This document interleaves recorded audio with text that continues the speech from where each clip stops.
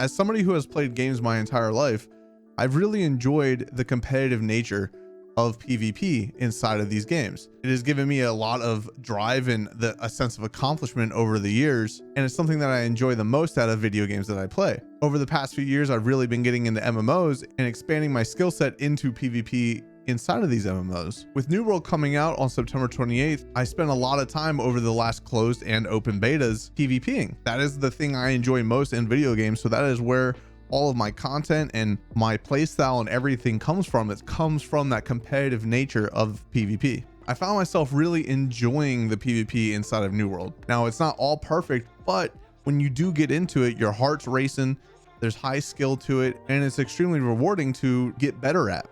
How you doing, everybody? My name is Dilbo Daggins. That is Dilbo with a B. Thank you so much for clicking on this video. This video is all about my thoughts on the PvP inside of New World, player versus player content, and where I think it's going to go in the future. If you're interested in MMOs and content creation in general, make sure you leave a like, a comment, and a subscription, and come over to my Twitch channel, twitch.tv/DilboDaggins, where I stream every single day. So New World is a brand new MMO. It's coming out very soon. Throughout the closed and open beta, I spent the majority of my time running around flagged on, trying to find PvP. In general, that's the most fun I've had in New World. Running from point to point, doing quests, doing some harvesting, and coming across another person with their flag on.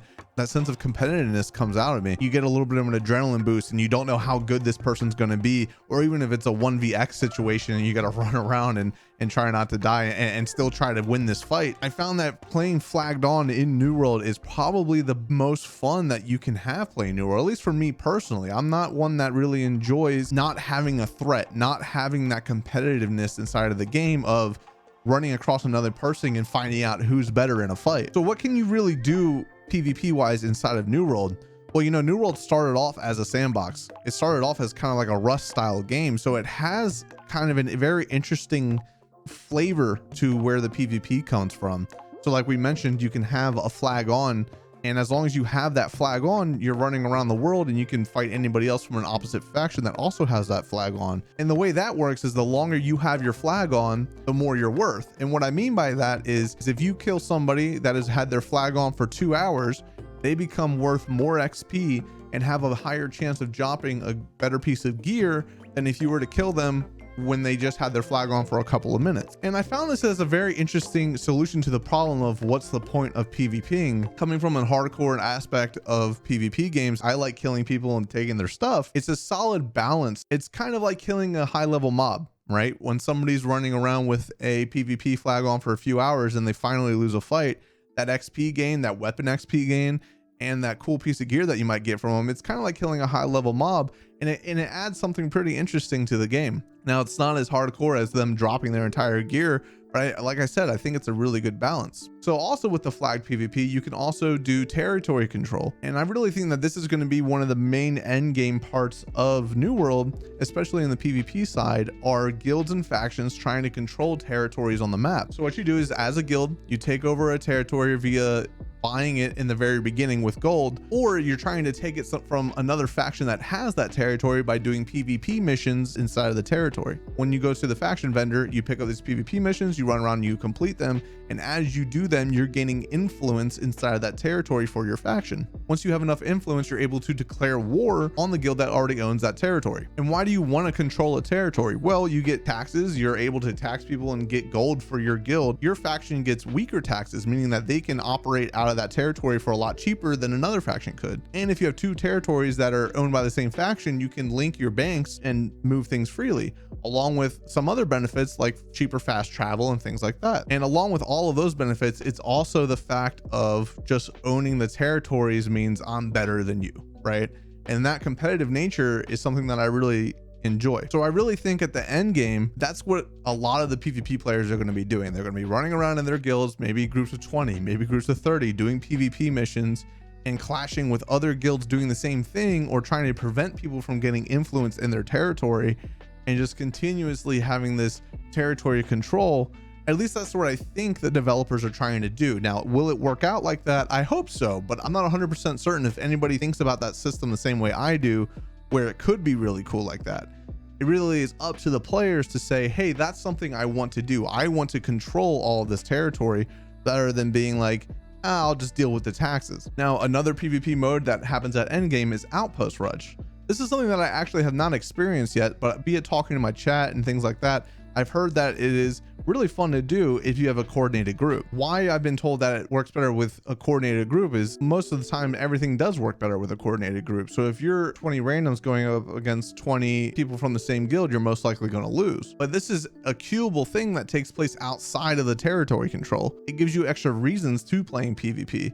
And once I finally get there, once I finally get to the point where I can actually enjoy Outpost Rush, because I wasn't really trying to rush to level 60, I didn't want to get burnt out on the game before it came out. I'm going to make a whole video on maybe tactics and things like that to think about while you're playing Outpost Rush. So what do you get out of PvP?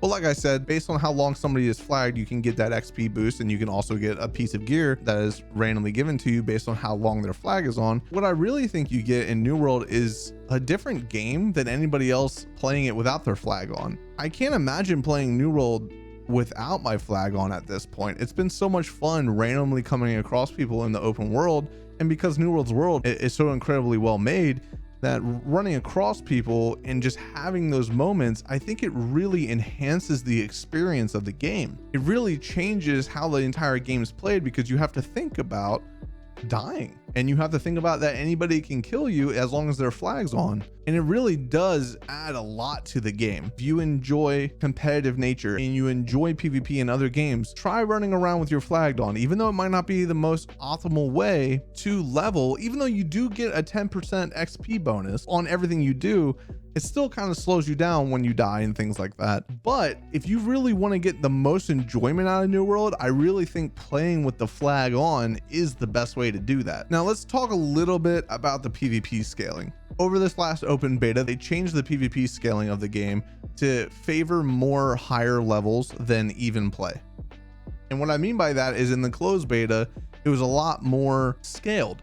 A level 30 and a level 20 fighting each other where their numbers were lined up, so that way it was basically all skill. Now, the way that PvP scaling is that if you're a higher level, you hit harder and you have more health, and the lower level has to hit you more and hits weaker than you do. So first things first, I've had multiple people come into my chat. By the way, we stream New World in the New World category on Twitch, but we sit there and we talk about ideas and builds and go over theories and watch videos and things like that. So if you're interested in that, make sure you come over. But I've had people come into my chat and say that this was just a test, that this isn't actually going to be what's going to be on launch. I take confidence in that. I do think that is going to be what's happened. Every single time we've had a test, the PvP scaling has been different.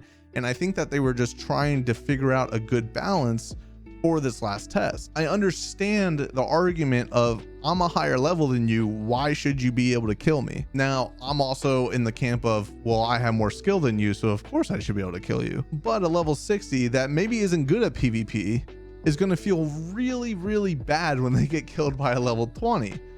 And I think overall, New World's design decisions and New World's direction is all about making people have enjoyment with however they decide to play the game. Now, I'm not saying it's impossible to beat somebody higher level than you. I actually did it multiple times in the open beta. But what you have to do with the current way the PvP scaling is you just can't mess up. The people that are higher level than you, they have more opportunity to make mistakes and maybe take a little bit more damage, maybe not worry so much. But when you're lower level and you're fighting somebody higher level than you, you have to be on point. And I think that really does kind of add to the skill of the game as well, in a way. But like I said, I'm not 100% certain if this PvP scaling that we got in this open beta is going to be what's in that launch. So we'll keep an eye on that.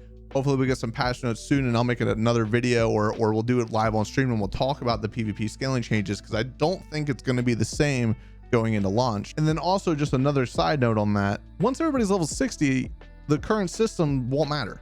Right now, yes, I guess a new player coming in 3 months from now will lose most fights because it'll be lower level and everybody will be level 60. But why should that person beat somebody that's been playing for 3 months? You know what I mean? It's a very interesting problem, and I think that they're trying their best to balance it. I do think that they're going to find a happy medium in between what the closed beta was and what the open beta was.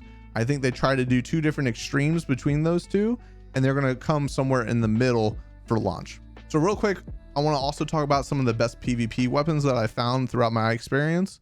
I really found that obviously the Great Axe, which I think is the most overtuned weapon in the game right now, Great Axe is just outstanding. It's extremely oppressive and it's very difficult to fight against. I think the rapier is a very high skill and undervalued weapon. I think if you're a very good player, you can pick up the rapier and beat a lot of people just because of the way the rapier's kit is. I also think the bow and the fire staff are probably the two best ranged weapons.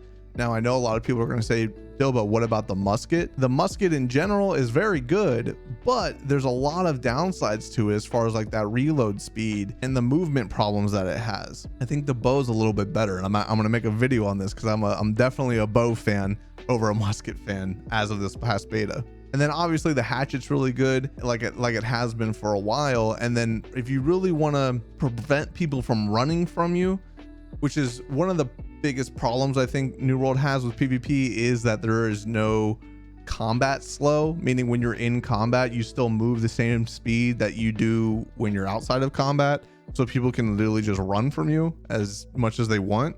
So if you really get frustrated with that, make sure you're running an ice gauntlet because you can slow them down and trap them and make sure they can't move. I'm going to be doing breakdowns of all the different weapons in a PvP mindset because that's what I care about. So all of my breakdowns for the weapons and all of my builds will all be for PvP. I'm not going to really worry about the PvE stuff. I'll let other people make videos on that kind of thing. If you're interested in my current PvP builds, I have a link down below and it's also in my Discord. So make sure you join the Discord. It's a great time. We have almost 1,000 members in there. We have a lot of fun in that Discord.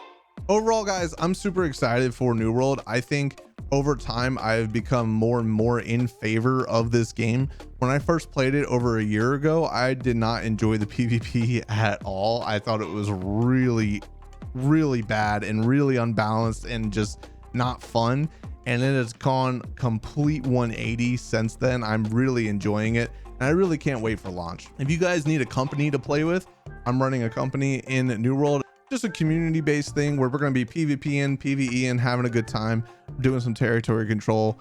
So if you're interested in that, get into the Discord and apply there. And guys, keep an eye on the YouTube channel because I'm going to be posting a lot of new videos as far as tips and tricks and guides and everything I can about New World for the next while. Once again, guys, thank you so much for watching this video. I really appreciate that. My name is Dilbo Dagmans. That is Dilbo with a B, and I will see you guys in the next one. Peace and love, everybody. Peace and love.